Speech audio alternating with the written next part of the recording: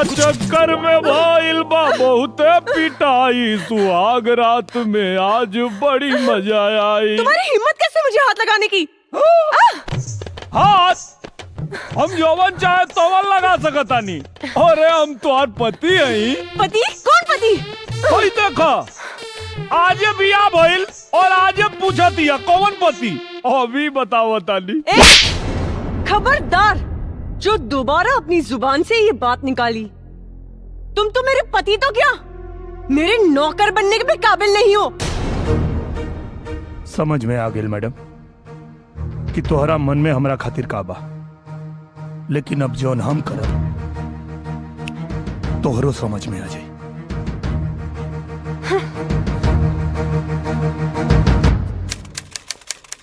Miss किरण खन्ना, ठीक है ना भाई जी? हाँ। Bungalow number 203, palm spring, Goregaon west, Mumbai 104। निरुआ, कोर्ट का नोटिस।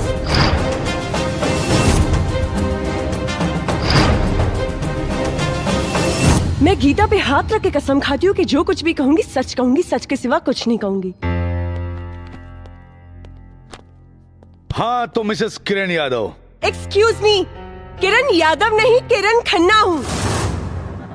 किरण खन्ना तो आप पहले थी, मेरे मुवक्किल से शादी करने के बाद आप किरण यादव हो गई है ना। लेकिन मैं इस शादी को शादी नहीं मानती। Point to be noted milord.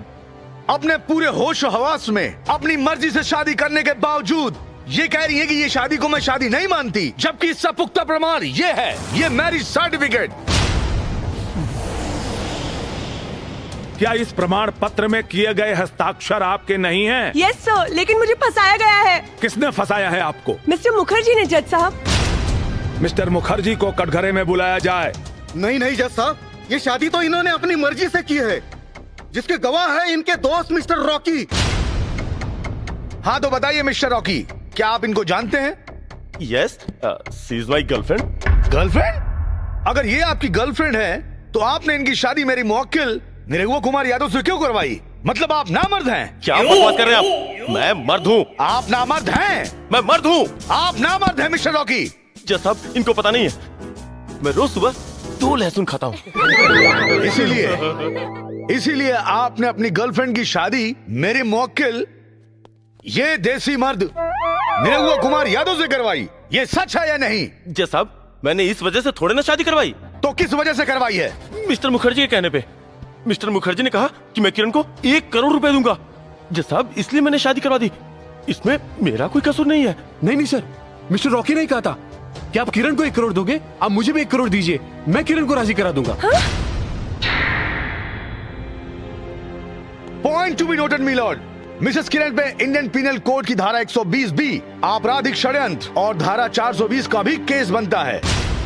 अरे बाप रे बाप! क्या करता है? माय बाप!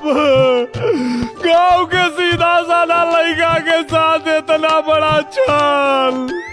माई बाप, हम जिए के रहेगी चाहत। माई बाप, हमके इच्छा मृत्यु को वरदान दे दी। हाँ भाई, क्यों के लगे जार हो गया तो हमके दे दो भाई, हम पी के मर जाए।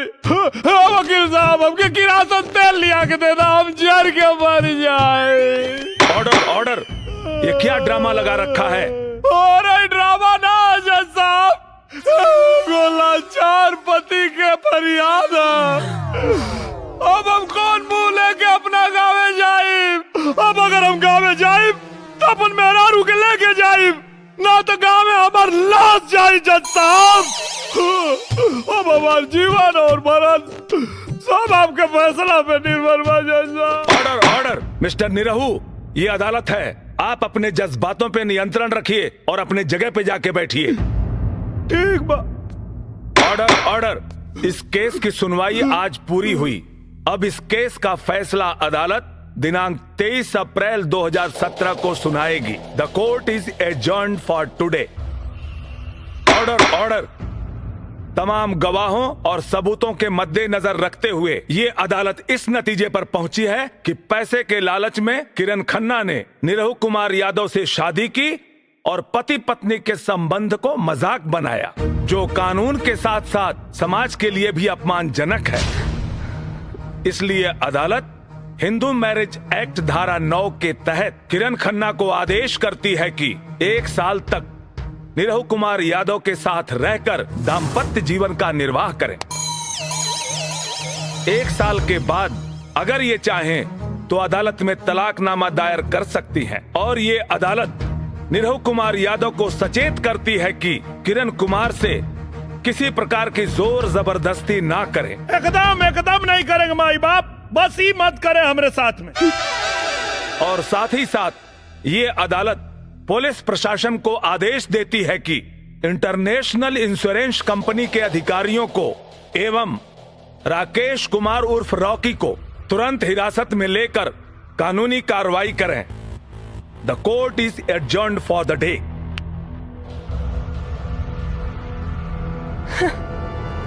थैंक यू सर।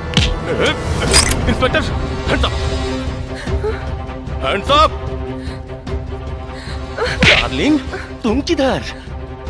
अगर किसी ने भी बचाने की कोशिश की तो इसे जान से मार दूंगा। रॉकी छोड़ो मुझे। Oh my God. Shut up.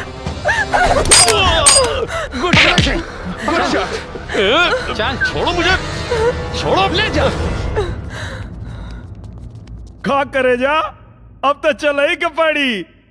चला चली गाजीपुर, चला चली गाजीपुर।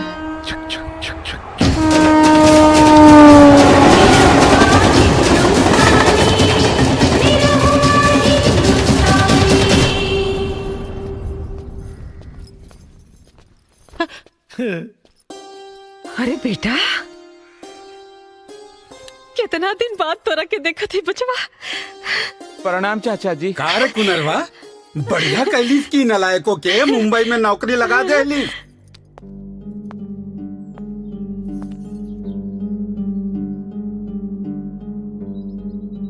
ये क्या बेटा?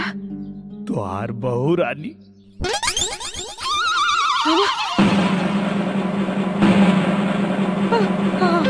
हमार बहू रानी। अच्छा नहीं, अच्छी है, बहुत अच्छी है। अरे बड़को छुटको कहाँ पड़ी? आवा जल्दी से रे, हमार पतो बहू रानी आइल बाड़ी। अरे भौजी। भाभी। अरे हम तोहर देवर है। Shut up and stop all this nonsense. मैं तुम्हारी बहू नहीं हूँ। मैं सिर्फ कोर्ट का आदेश पालन करने के लिए आई हूँ। 1 साल रहूंगी और फिर चली जाऊंगी। और खबरदार, अगर किसी ने मुझसे रिश्ता जोड़ने की कोशिश की। नीरू। जी मैडम। मेरा कमरा किधर है? मैंने पूछा मेरे लिए कमरा किधर है? हाँ। ये घर में तोहार कौनो कमरा नहीं थे। हाँ। ये घर हमार हा। अब हमारा मतलब हमार ना, तो ठीक बा, हमारी हिस्सा बांट दो। का कहले है तू? बांट दी? ससुर जौने खपरा मारा सब हिस्सा मांगल बुला जाइबा। कैसे मारब जी? काहे के मारब? ई घर हमार, ए घरे का मालकिन हम, त हमार कमरा हमरे बेटा का कमरा। जा बेटा जा, जा हमरे कमरा में जा, जा जा। आई मैडम। जा कमरा में जा। हम हो जाते नहीं। आए तय कहाँ रे? मैडम जी के लगे। मैडम जी के हाँ दुल्हन। अरे बाप रे, ना ना ना ना ना, घर जाता नहीं। अरे बाप रे बाप, कहाँ फंस गई नहीं। हमरा मना करे के बाद भी घर में घुसा दे लो। मैया। अरे हमरा तो कौनो इज्जत नहीं थे। और न तका। औने तका बे। भाग यहाँ से, भाग यहाँ से, भाग जी। कहाँ? यहाँ हाँ बोली। जब वो बेशरम लड़की खुद के घर के बहू मानते नहीं के, तकौ ना हक से यहाँ रही। हमार वंश बढ़ावा खातिर जी। अरे 1 साल के बाद जाए वाली बिया, ओकरा से तू वंश बढ़ावे के उम्मीद लगावले बड़ू।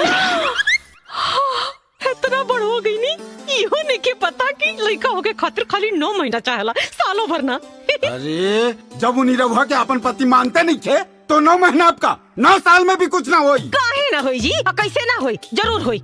एक बात बताई, जब हमार लड़का और शहरी लड़की के मुंबई शहर से उठा के गांव में लिया सकेला, तो अपने छोट छोट बच्चन कमाई काहे ना बना सकेला? जरूर बनाई जी, हमरा के अपना बेटा पर भरोसा बा। देख ले भाग यहाँ से। देख ले। चाचा तोरे घर के आइल बा।